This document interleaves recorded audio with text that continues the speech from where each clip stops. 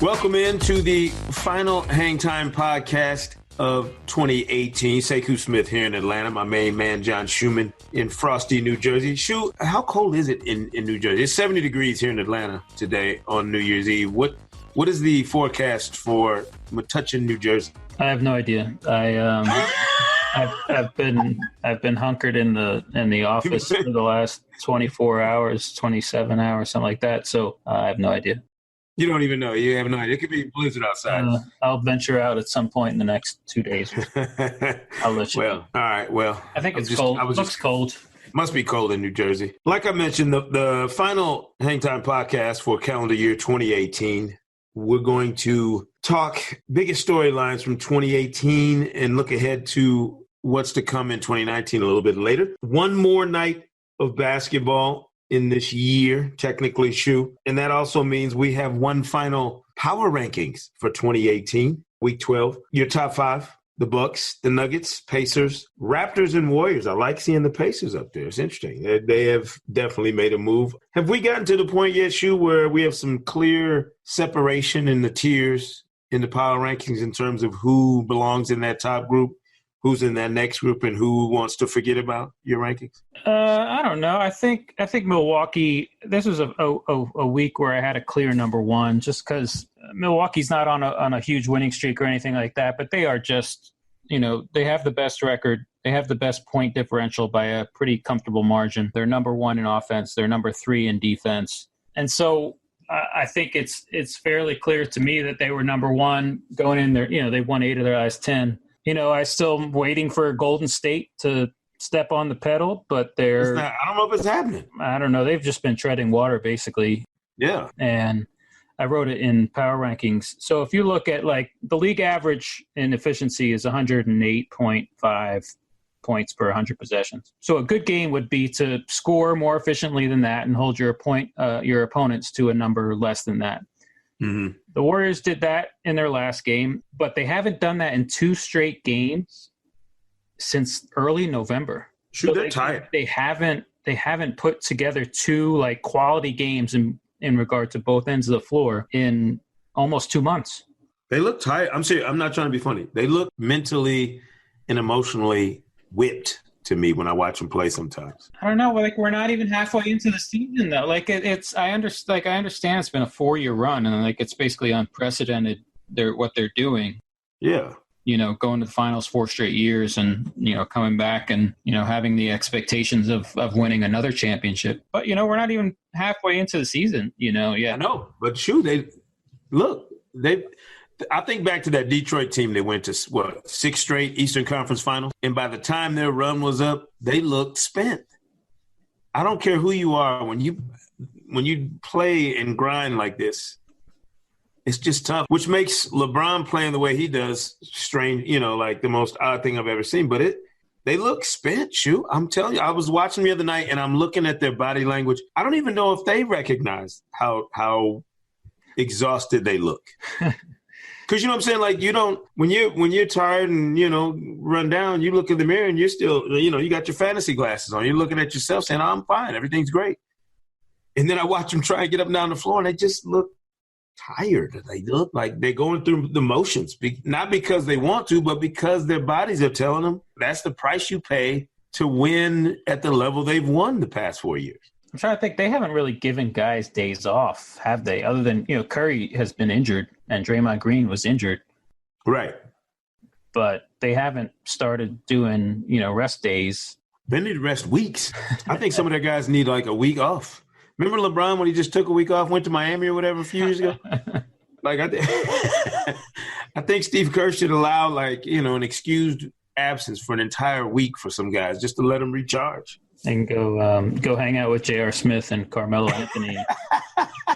Your team of the week, the Houston Rockets, 4-game win streak. James Harden is playing like an MVP again. Is this the Rockets for the foreseeable future? Have they gotten back to being a high-level group in terms of their winning, or is this just a blip on their radar? I mean, it looks like it. I mean, it's come, this run where they've won 9 out of 10 has come with some quality wins. They beat the Lakers, the Grizzlies, the Thunder. I mean, the Celtics, But I mean, like, I don't know how much they can keep this up. I mean, Harden's averaging 41 points a game over the last 9, and in their 3 games last week against Oklahoma City, Boston, and New Orleans, they played 8 guys. 8. I know. Eight Crazy. total. Like, not a 9th guy never even saw the floor in the whole over the whole week. One of those guys, 8 guys, was Eric Gordon, who hurt his knee in New Orleans on Saturday, and we know is going to miss at least 1 game, maybe more. And so, like, I don't know, they call on Gary Clark again, or to be the 8th guy in the rotation. Like, they're so thin. Like, Chris Paul, I assume, is coming back within the next week or 2. But they just remain so thin. And so I feel like they're playing with fire a little bit in regards to their rotation. But, they have figured out. I mean, it's a lot of James Harden, and that's worked for the time being. He's I don't know if he can continue shooting this well from 3-point range over that 9-game stretch where he's averaging 41. He's shooting better than 40% from 3. He's James Harden, yeah. Yeah, in part, it's great to see them, find themselves a little bit and put themselves. They've in this stretch, in this 9-1 stretch, they've gone from 14th to 5th in the Western Conference, and so it looks like they're one of the best teams in the West again. But I feel like we're almost. Part of me is waiting for the wheels to come off.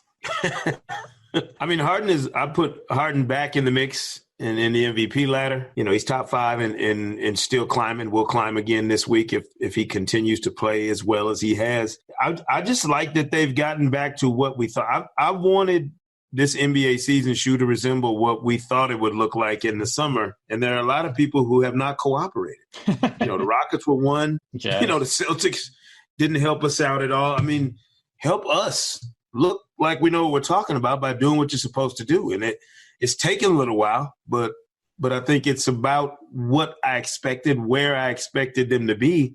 A huge week coming up here for your team to watch on the NBA.com Power Rankings, the Toronto Raptors. Big game against the Jazz on Tuesday. Then, the long-awaited return to San Antonio on Thursday for Kawhi Leonard. Should be – I don't even know what kind of reaction I'm expecting. It's not – I don't think it can be good. But I don't think it's going to be a Happy New Year message for Kawhi. Then they got Milwaukee on Saturday and Indiana on Sunday. Like, who'd they tick off at the schedule maker's office to get this? I think I had Eastern Conference teams in the team to watch for weeks 1 and 2, and then ever since then it's been a Western Conference team because there's only 5 good Eastern Conference teams and they just don't play, so they don't play each other. The good teams don't play each other all that often, so it's nice to have a week where one of the 5 teams is playing 2 of the others with Milwaukee and Indiana. The problem is, of course, is that Kyle Lowry has been out. The Raptors have been struggling quite a bit offensively without him. And so, hopefully it'd be great if he's healthy by those weekend games against Milwaukee and Indiana, because that would make it a lot more interesting. Yeah, I guess I'm not counting on anything. I've learned my lesson to, you think you got a marquee matchup and then, the 2 main guys on each team don't play or so, so and Leonard still hasn't played both. That's a that Milwaukee, Indiana says a back-to-back. Back-to-back, exactly. Played both games of back-to-back yet. The San Antonio game where, is Thursday where they play, they play Tuesday, Thursday, Saturday, Sunday. So the San Antonio game is not a part of a back-to-back. So he should be, making that trip. And, we'll see what the reaction is on Thursday. So let me ask you the final item from the Week 12 Power Rankings on NBA.com. Sixers have dropped 5 spots to 12. The Spurs are in the top 10 now.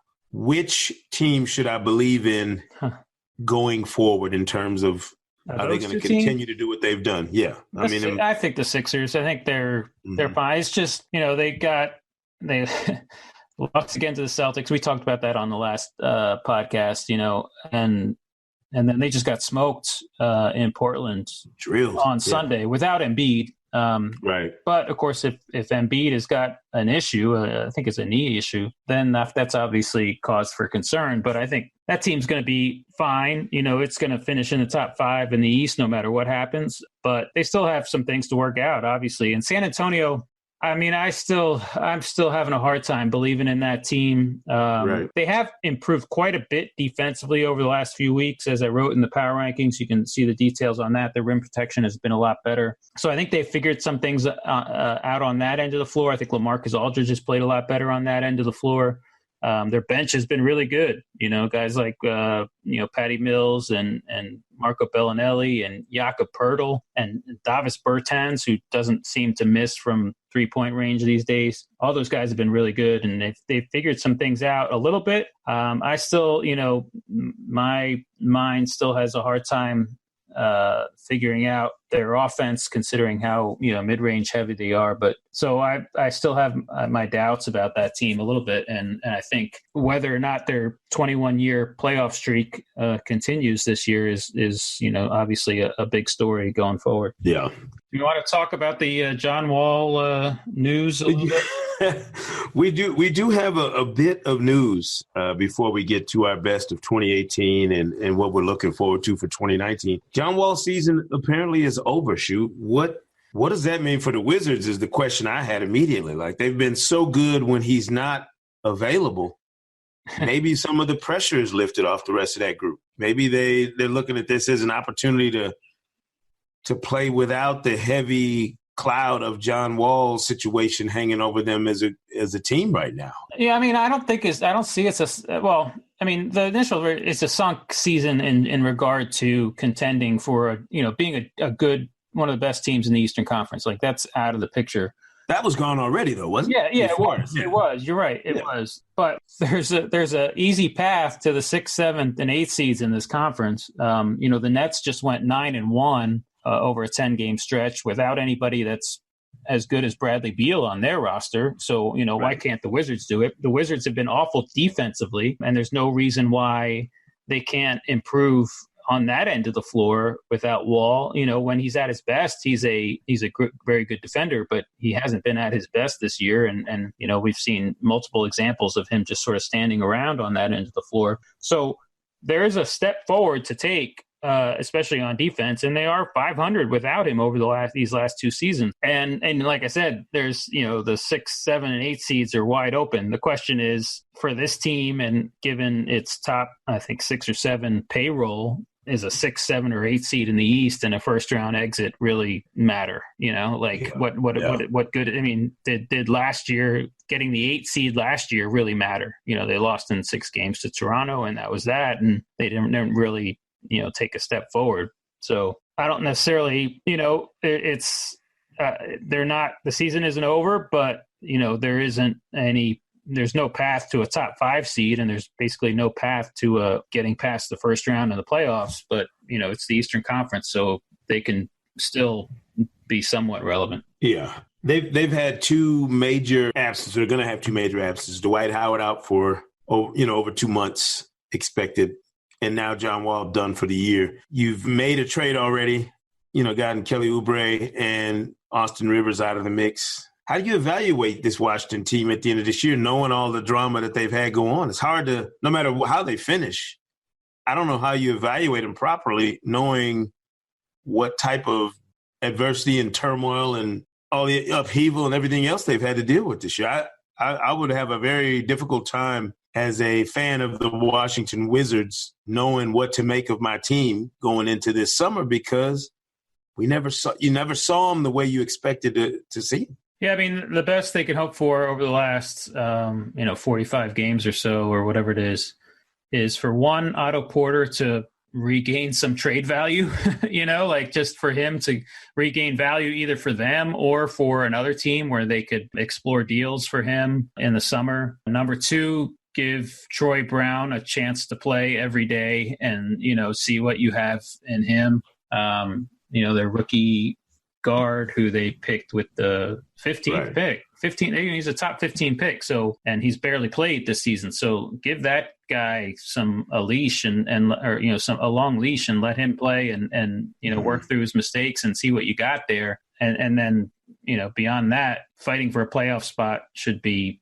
sort of lower down the priority list than sort of figuring out what you have with the guys on the roster. I'll be curious to see how much grinding they do on Bradley Beal, and what it might be a lost season. He's going to have one of his prime physical years of his career kind of lost. The thing is, and sort of the issue with that is that, like, because they're in the East, the carrot of a playoff spot is going to be there for a long time. Like, there's not going to be let's just, let's go on. Let's let Beal rest a couple of days. Let's cut his minutes down below 30 or something like that. They're always going to have, they're not going to be more than, X amount of games from playoff position through at least the All-Star break and probably beyond that. Yeah, and the other part about it is, does this give Bill an opportunity to really show out, be an All-Star again and give people reason to think that maybe he's the piece that's the central figure in Washington and not John Wall. So it's going to be interesting, to say the least. Shoot, 2018 was yet another roller coaster of an NBA season. Every one of them comes with an array of different storylines and craziness and drama and excitement, that fills an NBA year. The best and biggest storylines from 2018, LeBron James leaves Cleveland again, to me. And even if we knew it was coming at the end of his last run there to the finals with the Cavaliers, we all speculated that he was moving on. Everybody was even speculating where the destination was. It wasn't nearly the shocker that his departures have been the previous two times, from Cleveland to Miami and then from Miami back to Cleveland. How does the move to the Lakers change LeBron's legacy or context of his legacy in your eyes, if at all? I don't know. We got to see it play out. I mean, it's been less than half of a season so far, right? I mean, Looking back, I think it continues to be interesting that he made that leap without anybody else. When he went to Miami, he did it with sort of a handshake agreement with Dwayne Wade and Chris Bosh. When he went back to Cleveland, Kyrie Irving was already there, and it wasn't long before Kevin Love was on his way too. In fact, that may have been in the works before, as LeBron was signing that contract. But this time he just sort of, he went and nobody followed him really, unless you want to count Lance Stevenson. And you don't count Lance and JaVale? Yeah. So I found that I find that part of it kind of interesting, and we'll see what happens this year in regard to player movement and the Lakers. But it was kind of fascinating because, he went to a team that wasn't built for him necessarily, and still isn't really built for him. And it's more of a project than his last two moves were. The shock of it all to me has worn off with as many moves as he's made. I notice an absence of venom this time around. Maybe it's the championship that he won in Cleveland that pacified the passionate, fans in Northeast Ohio and didn't invoke the kind of nastiness that we saw when he went to Miami. Maybe it's the fact that winning that championship not only puts him in a different light in Northeast Ohio, but also puts LeBron in a different light in his own eyes.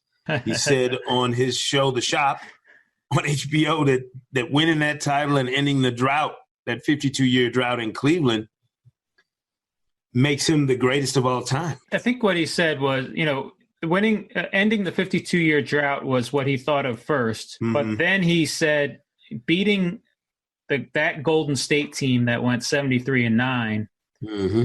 and doing it by coming back from a 3-1 deficit is what makes him the greatest, the GOAT, basically. You know what? Let's play this game. Ask me if I agree with that, so I can answer it. What do you think of that? Hell, no, I'm not buying that. I mean, listen, I will say this: the argument has never been greater than it is right now. You can start it on December 31st, 2018, or January 1st, 2019. The argument as to who is the greatest player in NBA history in regards to, the debate of Michael Jordan or LeBron James has never been greater than it is right now. And I still think it skews in Jordan's favor in my eyes based on concentrated brilliance of two supernova careers. Both guys have had, even if LeBron didn't play another minute of NBA basketball, he's had one of the two or three greatest careers we've ever seen in the history of the league, no question. But cherry picking those facts to substantiate an argument that says I'm the greatest of all time, that just seems a little disingenuous to me.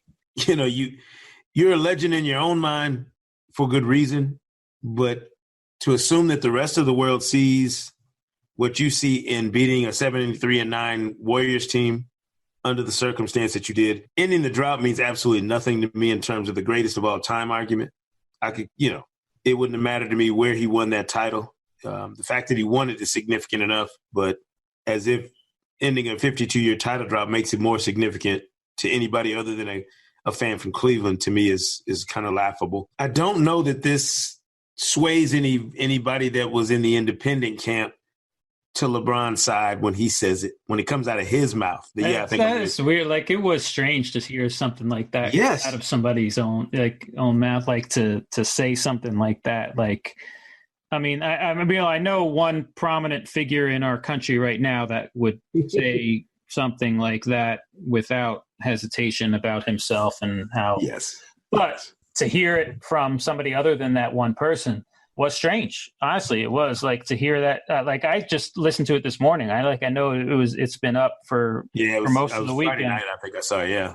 I just happened to click on it for the first time this morning and was like, oh, that's okay. All right. And as far as my opinion, I don't know. There's no, I hope there's some room for nuance in the conversation, but I also realize that, even if you and I both saw all of Michael Jordan's career, we've both seen all of LeBron's career, but we've looked at those careers with different sets of eyes. I was a teenager and in my early 20s when Jordan was winning championships with the Bulls. Right. Now I'm looking at, I'm in my, over LeBron's career, I've been in my 30s and 40s and think different things about different ways about the game. And so it's like, I can't have myself now and myself then, have the you can't have them in the same room to discuss it. Even guys like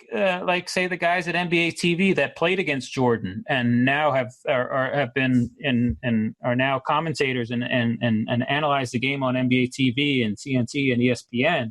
They're still looking at it with different sets of eyes. They're not the same as so it's whatever. I don't know how to have the conversation. I think you bring up a distinction about the best player ever and the best career ever. I think in the latter category, Kareem is in the conversation for obvious reasons. The length of his career, the numbers, the scoring numbers, obviously the championships. Yeah. And so there's a distinction there. And then if you're just talking about the greatest player ever, well then, LeBron can rack up as much as he wants, the number, as many numbers as he wants over the next few years. And it's not going to change a lot of people's minds because Jordan at his best was the best to them. And so there's no topping that. I always require more distance from whatever the event might be before I can properly frame it. And this just seems quick. I'll never be able to properly frame it. I just know that. I don't ever want to have to write my opinion on this conversation. We can talk about it, and when we talk about it, I'll say I have no idea, and that's basically it. The one thing I will give LeBron, though, as far as our conversation about the best and biggest things that happened in 2018 in the NBA is when he planted his flag in LA and decided to make that move, that was ground rumbling. I mean, you feel the shift in how the league works when he does that. He uprooted lives, not just the James family, but people who cover the league, people who cover those teams, people who cover LeBron basically as a cottage industry. Nobody else moves that needle in the way that LeBron does shoot. There are going to be huge free agent decisions this summer, and we'll get to those in a few minutes. But none will have the kind of domino effect that LeBron changing addresses does. And I'm curious when, and this is a rhetorical question, but I'm curious when we're going to see another player in the league shift everything, the entire existence of basketball the way LeBron does. Kobe Bryant never left the Lakers, so we didn't know if Kobe doing so would have that kind of impact. But I don't think there is one. Like, I was just thinking, all right, who else? Like Durant, no. Nope. Durant, well, I mean, I guess he's already moved once, and it had a middling effect, but nothing like what LeBron does. Yeah, you're right. Some additional people, I think, went to Golden State at the beginning of last year, but I don't and I'm talking about media. But I'm just thinking, like, all right, what if Steph Curry, left the Warriors and went and played for Charlotte? Would that really – it wouldn't have nearly the same effect. So I don't think there's a player right now that would have that kind of effect at all, not even close to it. And I don't think Anthony Davis will either. Yeah, and the other part about it, I think, with the effect of LeBron moving teams, not just to the Lakers, but in previous years, is he has sort of opened players' eyes to the power that they have, as far as they determine where they go. They determine where they go. They are the true power brokers in this league more than owners and team management. Sure. They have the ultimate power. And if player X says, I want out right now, or I don't want to play for this team anymore, there's not much the team can do about it, really. Kyrie Irving left Cleveland with 2 years left on his deal, right? That shows you that if the guy wants out, he wants out, even if he's under contract for 2 years. And LeBron has really was the one that really sparked that. And so now going forward, the best players in this league, and that goes to someone at the level of Jimmy Butler, who's maybe on tier 3 of stars in this league, an all-star, but not necessarily a superstar. Yeah, right. And but he had the power to make change by himself. And so that really goes back to LeBron and what he's done over the last several years, not only in going where he wants, but also, doing the 1 year at a time contract thing that, maybe people believe is in the future for Anthony Davis. Right. Again, I don't think there's any doubt anybody would tell you that LeBron and his movement wasn't the biggest storyline of 2018 would be looking at it, through a completely different lens than most objective people, whether you like LeBron or not. The Warriors' continued dominance is number 2 on our list, Shu. I don't even think there's much to discuss. What, in hindsight, will be your biggest memory from their run in 2018? Mine was Game 7 of the Western Conference Finals, having covered the Rockets throughout the playoffs from start until their finish in that Game 7 at Toyota Center, was how vulnerable everybody assumed the Warriors were, having to come back there for that Game 7. Strangely enough, covering that series, I did not get the feeling that the Rockets were going to win that series.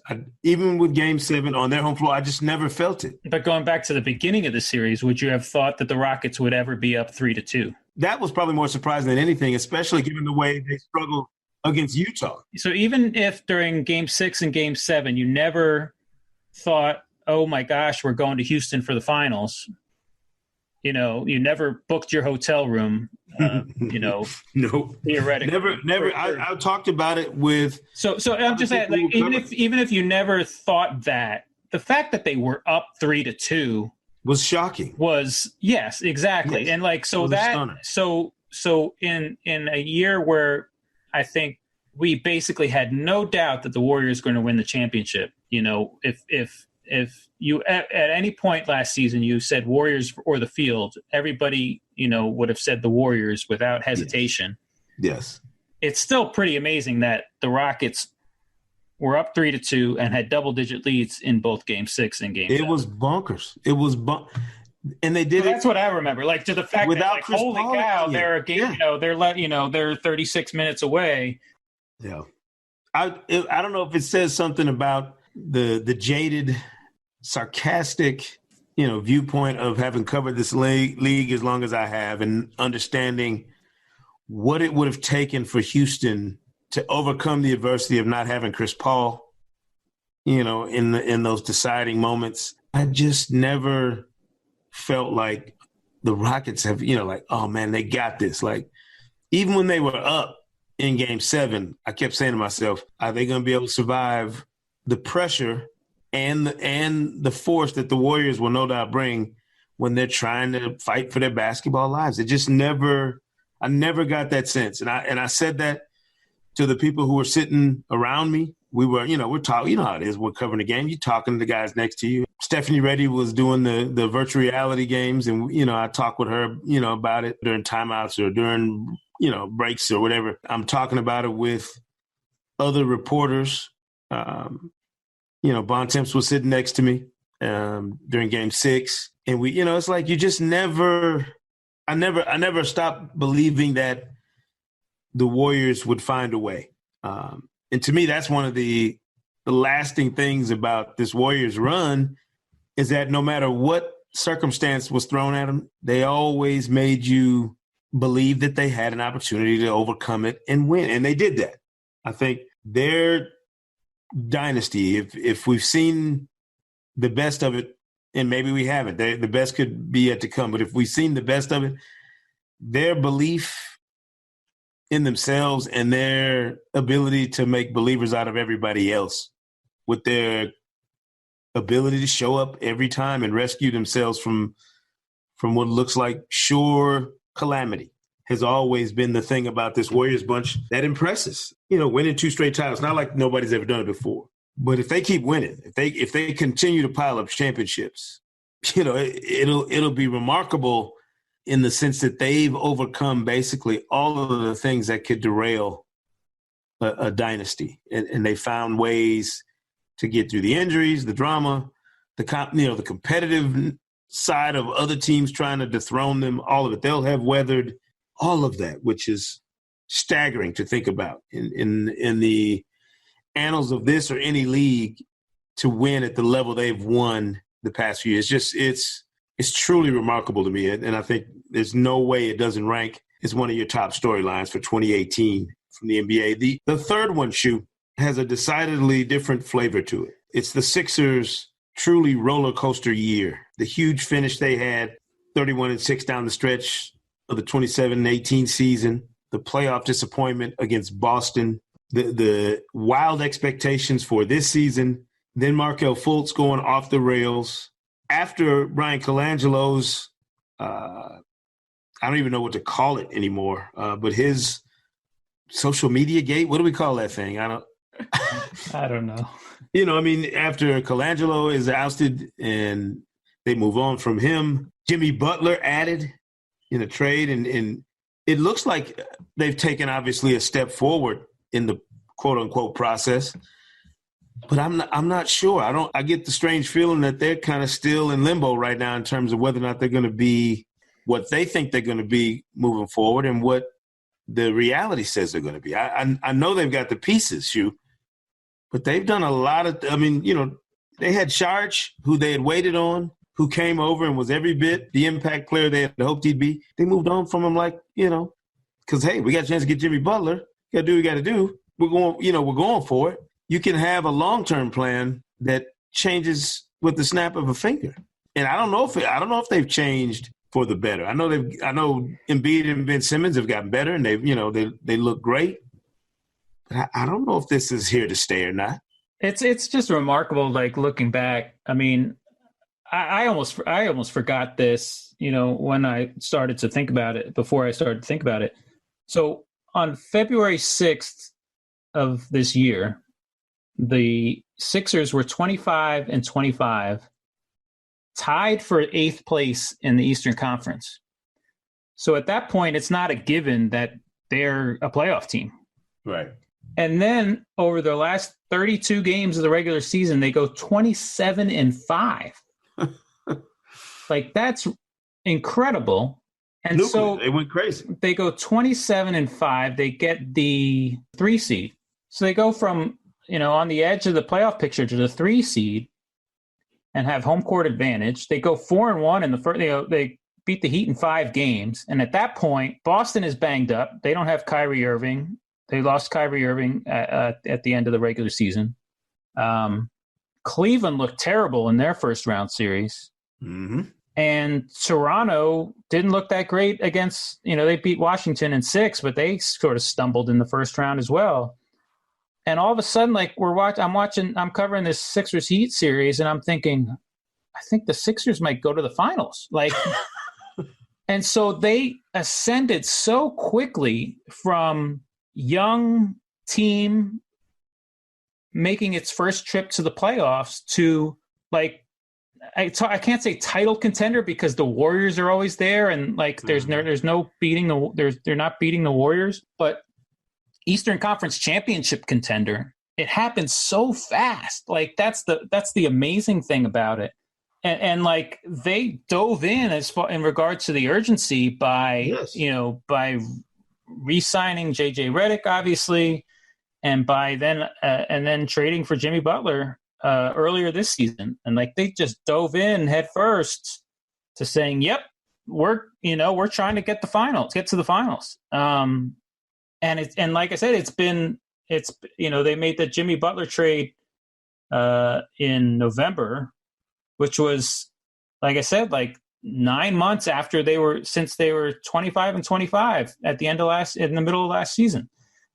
It's pretty remarkable when you think about it. And then you add in the sort of, they've done all this with the Fultz situation on the sideline, and then the Colangelo situation over the summer. Like that's sort of, it like they're just a fascinating, if you just take the basketball part of it, they're fascinating because they have such, Ben Simmons is like this player that is just so extremely talented in completely unconventional. In a bunch of ways, but yeah, completely unconventional in that he can't shoot.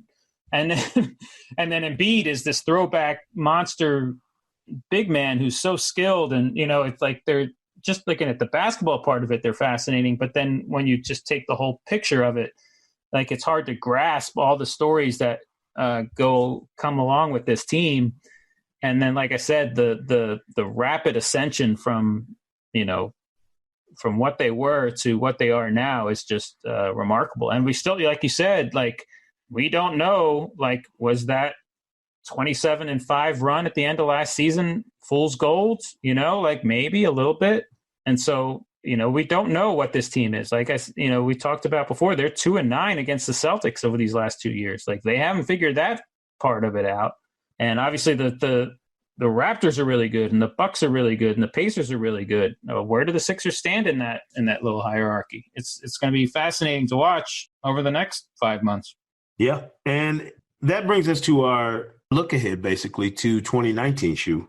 To me, looking back and then kind of examining what's already happened is a much different beast, obviously, than kind of projecting what's to come. There are some certainties that go without saying. We know that the free agent situation this summer alters potentially the future of basketball. And I don't say that lightly, but we know that when you have players like Kevin Durant, Anthony Davis potentially, Kawhi Leonard, all in the crosshairs. Yeah, I mean, we should clarify. Durant and Leonard can opt out of their contracts. Davis will have another year, but he's got to make a decision on whether or not Pelicans to sign that. are going to say your extension, sign it or not. And if he says no, well then the ass the hits world the goes fan. crazy. Yeah, exactly. I mean that we know that change is coming. We just don't know to what level. So first and foremost on my list for what's ahead, even past whatever happens in the playoffs, it's we all have an eyeball on the summer of 2019. Let's just be clear about that. But the Eastern Conference playoffs could have all sorts of crazy twists to them this year, Shu. I mentioned the Warriors looking fatigued, whether or not they can maintain their focus, into the 5th year of this unbelievable run. becomes another huge storyline to watch in 2019.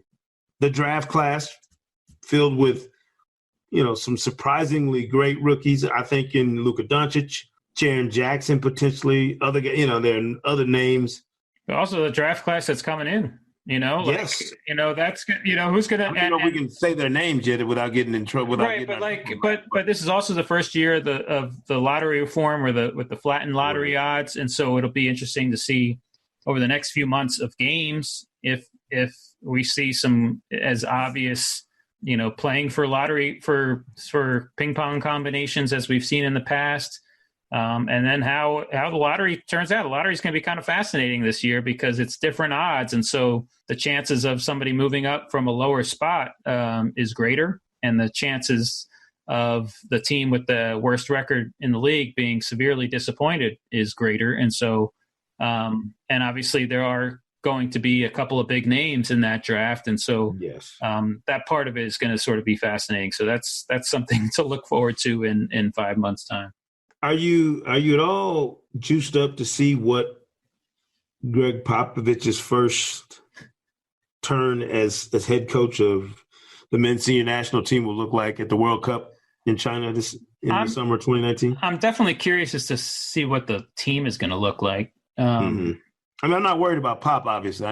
Yeah, I'm curious as to what the team is going to look like, and I'm curious to see, if they can keep this undefeated streak of theirs going. I can't tell you what that number is of how many games they've won straight, but it goes back to the 2007 Americas tournament.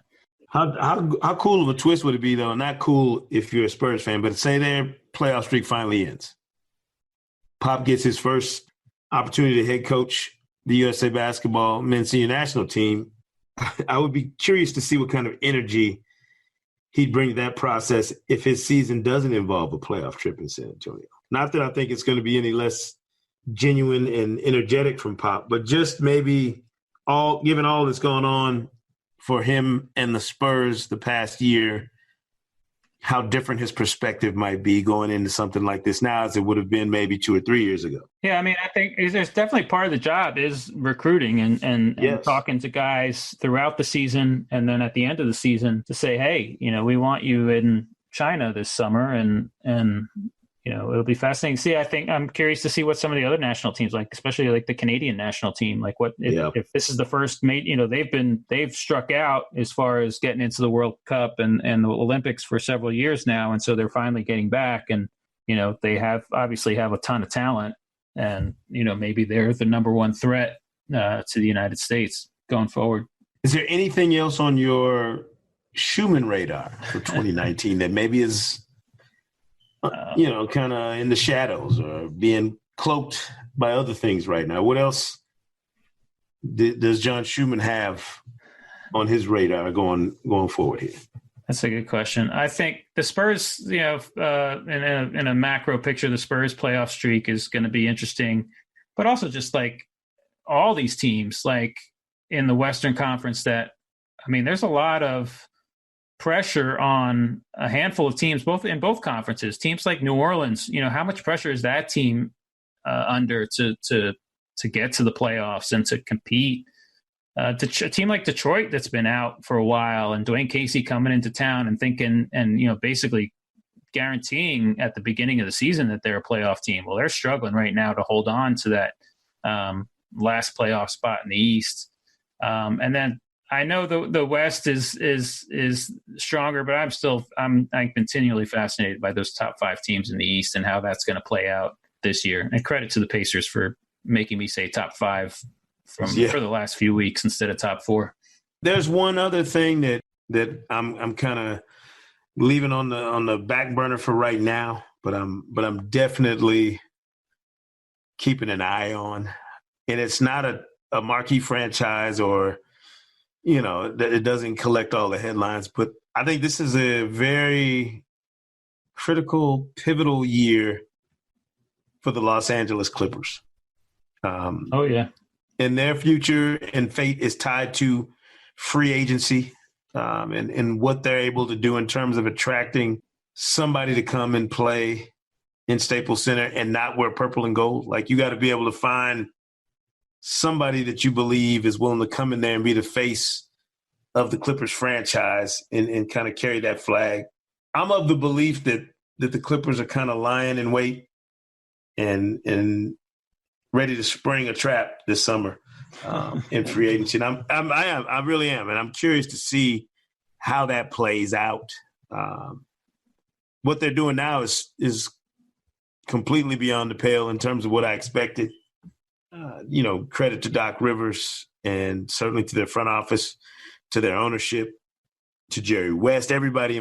They're far exceeding any expectation I would have had them, for them this season, just from a basketball perspective. The unprecedented things they've done, hiring Lee Jenkins, a guy we both know and like very much. Lawrence Frank doing his job, to kind of revamp things in the wake of what they've lost in Chris Paul and Blake Griffin and DeAndre Jordan. To me, nobody's talking about it as much as they probably could or should, but it's a huge year for the Clippers in their ability to stay in the mix in the Western Conference in ways that I wasn't sure was possible given what they've lost in terms of personnel. So that's my one kind of off the path team and storyline I'm looking forward to in 2019, just to see how it plays out this summer. We may look up in the middle of July and they didn't make the splash we thought they, was possible, or the plan didn't come together. But if it does, you're talking about a whole bunch of drama, that could be stirred up in LA and what could be the epicenter of the basketball universe out there in California. And don't forget about New York now. Well, there's some potential for changes in New York. Yes. I need to see Kristaps Porzingis come back. I don't know if that's going to happen. I don't know if it's happening this year, but I'm just saying I need to know that his recovery is going to put him back in the same neighborhood he was in when he got hurt. Like, he was on the ascent, obviously, when he went down. So, but you're right. The Knicks, they're in a tough spot. I mean, if he doesn't play, and I don't see why he would. They said his next update is in. I wouldn't make him. Yeah, I wouldn't make that at that point. And he's a restricted free agent. So, like, I know what is it in what's in it for him to get back on the floor this season when his team obviously isn't competing for a playoff spot, and he's got restricted free agency coming up. So that puts the Knicks in a tough spot. As in, maybe Porzingis hasn't played yet, and they had, they're going to finish with one of the worst records in the league. Like, what are they selling to, free agents this summer? And then, maybe they have to sort of kick the can down the road a little bit and trying to compete with some of these other teams. I love it. I love that. That's the one thing about the NBA. There's never a shortage of drama and storylines. I mean, it replenishes itself every cycle, and I appreciate that about the league. So, kudos to everybody involved for a fantastic 2018. Looking forward to more of it in 2019. I know Virginia Tech's playing football today, Shu, so we're gonna let you go and enjoy your team's game. I'm not gonna speak on mine. My team smashed a pie in my face the other day, so I'm gonna leave that alone. We're off this Thursday, but the latest Kia Race to the MVP ladder will still drop on Friday on NBA.com. Make sure you check it out. We'll be back next Monday with another edition of Hang Time Podcast, cranking it up for the new year, another edition of Power Rankings. So be sure to be ready for that. And make sure you subscribe to Hang Time on Apple Podcasts, Spotify, wherever you get your podcasts for new episodes all season long. Make sure you leave a review.